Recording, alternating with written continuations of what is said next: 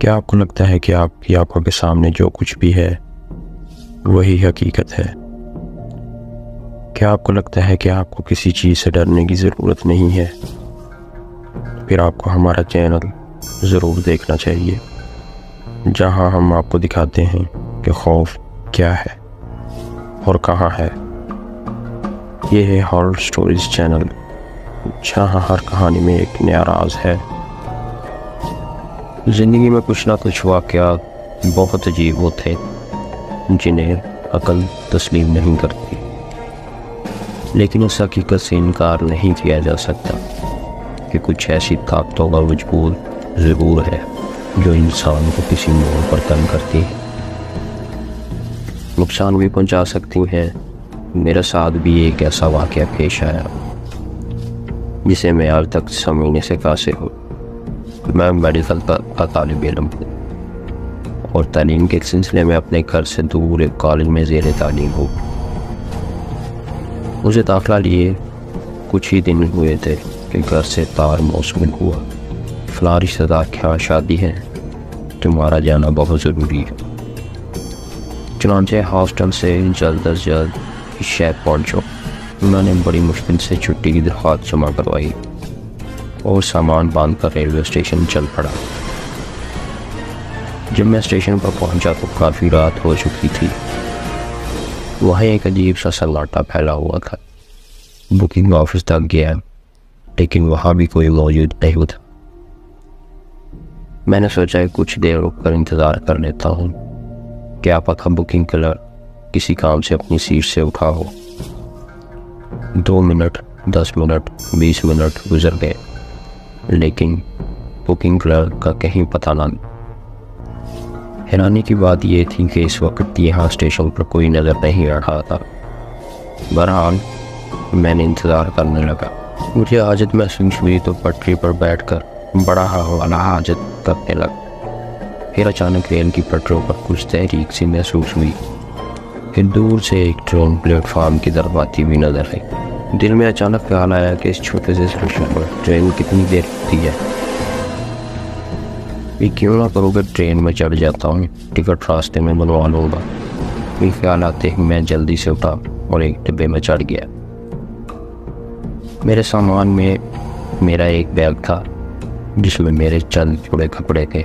یہ بیگ میرے کندھے سے لٹکا ہوا تھا۔ بہرحال میں ڈبے کے اندر پہنچ گیا تھا۔ ڈبے کے نیم تحریک ماحول میں مجھے ایک مرد، ایک عورت اور ایک بچہ نظر آئے تھے۔ مجھے دیکھ کر مرد نے بڑا سمبول بنایا تھا، جبکہ عورت جو سویٹر بننے میں مصروف تھی ہاتھ ہو کر مجھے نازیبا اشارے کرنے لگی تھی۔ میں نے مرد سے مخاطب ہوتے ہوئے کہا، اگر آپ کی اجازت ہو تو میں آپ کی بیوی کے ساتھ بیٹھ جاؤں۔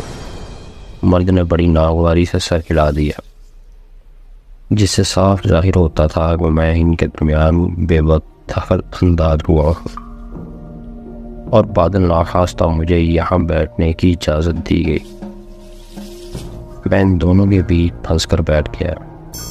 مرد نے یہ اخبار نکال کر منہ کے سامنے کر لیا اور ایسے پڑھنے کی ناکام کوشش کرنے لگا، جبکہ عورت دوبارہ اپنے کام میں مصروف ہو گئی۔ ابھی مجھے بیٹھے ہوئے 2 منٹ ہی گزرے ہوں گے کہ ٹرین اچانک چل پڑی اور مجھے شدید جھٹکا لگا۔ ٹرین ایک دم ہی پوری سپیڈ کے ساتھ دوڑنے لگی تھی۔ عام حالات میں اتنی اچانک اتنی تیز رفتاری سے ٹرین کا چلنا ایک حیران کن بات ہی ہے۔ میں شدید حیرانی کے عالم میں ادھر ادھر دیکھ رہا تھا، جبکہ مرد، عورت اور بچہ بالکل اطمینان سے بیٹھے ہوئے تھے۔ ان کے ہاتھوں میں پکڑی ہوئی چیزیں بھی اپنی جگہ ساتھی تھیں۔ بہرحال میں بھی اپنی جگہ خاموشی سے بیٹھا رہا۔ پھر بچے نے اپنے سامان میں سے ایک گیند نکالی اور اسے کھیلنے لگا۔ ماں نے ایک بار پھر ہاتھ روک کر بچے کی طرف دیکھا اور بولی، شانی بیٹا رکھ دو اسے۔ مرد نے کہا، کھیلنے تو کوئی بات نہیں۔ عورت خاموش ہو گئی۔ میری آنکھوں میں نیند کے توڑے پڑ رہے تھے، پھر وہ بند ہونے لگی، لیکن اچانک مجھے آنکھیں کھولنا پڑی تھی۔ نیو آنکھوں سے میں اس بچے کی طرف ہی دیکھ رہا تھا. یہ مسلسل گیند سے کھیل رہا تھا کہ اچانک گیند کھڑکی سے باہر چلی گئی اور میں نے صاف دیکھا کہ بچے نے پھرتی سے ہاتھ بڑھا کر گیند کو لپک لیا. خدا کی پناہ کیا ایسا ہو سکتا ہے؟ بچے کا ہاتھ اتنا لمبا ہو جائے گا؟ کیا ایک چھوٹے سے بچے کا ہاتھ اتنا لمبا ہو سکتا ہو؟ میری تو کنگھی سے بن گئی تھی. میں اب پوری ٹانگیں کھول کر بیٹھا ہوا تھا. پھر اس کے بعد جو ہوا وہ میرے ہوش اڑا دینے کے لیے کافی تھا. اس بار گیند مرد کی طرف والی کھڑکی سے باہر نکل گئی تھی. جیسے مرد نے پیر لمبا کر کے پکڑ لیا تھا. ہمارے خوف کے میری آواز نہیں نکل پا رہی تھی. اتنا اندازہ تو ضرور ہو گیا تھا کہ کوئی گڑبڑ ضرور ہے. میں نے ہمت کر کے ان سے بات کرنے کی کوشش کی. کیا آپ نے پیر لمبا کر کے گیند بھائی سے پکڑی ہے؟ تینوں نے بیک وقت ایک دوسرے کو دیکھا تھا. اور پھر مرد نے باری آواز سے کہا ہاں میں نے اسی طرح پکڑی تھی یہ گیند. مرد کا پیر انتہائی حد تک لمبا ہو گیا تھا اور میری چیخیں نکلنے لگی. پھر ایک اور عجیب منظر رونما ہوا. اچانک ہی چلتی ہوئی ٹرین کا یہ ڈبہ باسکٹ بال کا میدان بن گیا تھا. گیند کا حجم باسکٹ بال کی گیند کے برابر ہو گیا تھا. ڈبے میں ایک جانب باسکٹ نمودار تھا اور اب مرد اور عورت بچہ اپنی جگہ سے کھڑے ہو گئے تھے. پھر انہوں نے باسکٹ بال کے کھلاڑیوں کی طرح پوز بنایا اور پھر ایک عجیب و غریب کھیل کا آغاز ہو گیا. وہ تینوں ڈبے میں باسکٹ بال کھیل رہے تھے. وہ میرے اندر سے آر پار گزر رہے تھے. ان کا وجود دھوئیں کے علاوہ اور کچھ نہیں تھا. وہ خوب شور مچا کر ایک دوسرے سے بال چھین رہے تھے. ہاتھ لمبے کر کے ایک دوسرے کو ڈاچ دے رہے تھے. باسکٹ میں گول کیے جا رہے تھے. یہ سارا منظر میرا بوریا بستر گول کرنے کے لیے کافی تھا. کچھ ہی دیر بعد وہ سب ناچ کرنے لگے. مہندی لگا کے رکھنا، داون بچا کے رکھنا. میں شدید خوف اور پریشانی کے عالم میں ان لوگوں کو دیکھ رہا تھا. مجھ پر بے ہوشی طاری ہونے لگی. چیخ کر حلق میں تکلیف ہونے لگی تھی.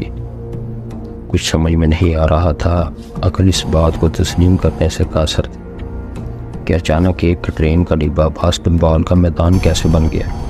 میں شدید خوف اور دہشت کے عالم میں چیخا، تم لوگ یہ کیا کر رہے ہو گیا ہے سب کچھ. اچانک ان تینوں نے پلٹ کر میری طرف دیکھا اور پھر ایک دوسرے کی طرف دیکھا. پھر مرد نے مجھ سے کہا، چپ چاپ بیٹھ جاؤ، ہمارے ناچ کو ڈسٹرب نہ کرو. میں کچھ پوچھ رہا ہوں تم سے. لڑکے نے جواب دیا، بکواس بند کرو اپنی، سیدھے بیٹھے رہو، چہرہ چھپا کے رکھنا، دھڑ بچا کے رکھنا. مرد گانا گا رہا تھا. اس کی آواز ٹرین کی آواز سے بہت دور جا رہی تھی. کیسے بیٹھوں سیدھے؟ میں نے بھی ترکی بترکی جواب دیا. مرد نے کہلانے کے لیے عورت کی طرف دیکھا اور پھر بولا، بہت ڈسٹرب کر رہا ہے یہ، ہمارا وقت برباد کر رہا ہے، ناچ میں بھی مزہ نہیں آ رہا، آؤ پہلے اس کا بندوبست کرو. وہ تینوں میری طرف بڑے تھے اور پھر مرد نے میرے دونوں ہاتھ پکڑے جبکہ عورت اور بچے نے ایک ایک ٹانگ پکڑی اور اس کے بعد مجھے ڈنڈا کرنے لگے. میں ایک بار پھر پوری قوت سے چیخنے لگا. ڈنڈا کر کے انہوں نے مجھے ایک جانب اچھال دیا تھا. بڑی زور سے گرا تھا. ہاتھ اور پیروں میں گھسٹ لگی. اندازہ ہوتا تھا کہ کسی بہت زیادہ کھردراؤ کا پتھریلا ڈنڈا. پھر 3-4 منٹ تک اسی طرح پڑا رہا تھا. اس کے بعد آنکھیں کھولی تو ایک بار پھر مجھ پر حیرانی کا دھوا پڑا تھا. میرا وجود پلیٹ فارم کی زمین پر پڑا ہوا ہے. میں اپنی جگہ سے اٹھا، کپڑے درست کیے اور پھر پلیٹ فارم کے اندرونی حصے کی طرف بڑھ گیا. وہی رات کا وقت تھا اور ماحول پر وہی خاموشی طاری تھی. اندر پہنچ کر بلنگ آفس کے سامنے سے گزرا کہ بلنگ کلرک نظر آیا. میں نے بے اختیار اس طرف لپکا. میں نے بکنگ کلرک کو مخاطب کرتے ہوئے کہا، بھائی مجھے ٹرینوں کا شیڈول پتہ چل سکتا ہے؟ آپ نے کوئی بورڈ وغیرہ بھی نہیں لگایا ہوا. جبکہ ہر اسٹیشن پر شیڈول بورڈ ہونا چاہیے۔ بکنگ کلرک نے حیرانی سے مجھے اوپر سے نیچے تک دیکھا، پھر بولا، جناب بس آپ جیسے کچھ لوگوں کی مہربانی ہے، لیکن آپ اس وقت جی مجھے ابھی یہاں سے نکلنا ہے، پلیز مجھے شیڈول بتائیے۔ بکنگ کلرک نے مجھے ٹرینوں کا شیڈول بتاتے ہوئے کہا، جناب شیڈول کے مطابق رات کو اس وقت اس اسٹیشن سے کوئی ٹرین نہیں گزرتی۔ جی، میں نے حیرانی سے کہا، جی ہاں، آپ صبح 11 بجے سے پہلے یہاں سے روانہ نہیں ہو سکتے۔ کیا مطلب ہے آپ کا؟ بھائی میں صحیح کہہ رہا ہوں، رات کی کوئی ٹرین نہیں ہے۔ ہاں 4 سال پہلے ایک ٹرین ضرور چلی تھی جو رات میں یہاں پر رکی تھی، لیکن پھر اس اسٹیشن سے تھوڑے فاصلے پر دہشت گردی کے نتیجے میں ایک انجن بوگیوں سمیت تباہ ہو گیا، پوری ٹرین تباہ ہو گئی، بڑے لوگ مرے تھے۔ بس اس واقعے کے بعد کوئی ٹرین رات میں یہاں نہیں رکتی۔ بکنگ کلرک اپنی کہہ رہا تھا اور میں خوف کے عالم میں یہ سوچ رہا تھا کہ واقعی یہ اصلی ٹرین نہیں تھی بلکہ بھوتوں کی ٹرین تھی، اور میرے منہ سے بے اختیار نکلا، او مائی گاڈ۔ دوستوں کیسی لگی آپ کو آج کی کہانی؟ کمنٹ کر کے اپنی رائے کا اظہار ضرور کریں اور اپنے واقعات آپ بھی پلیز ہمارے ساتھ شیئر کریں۔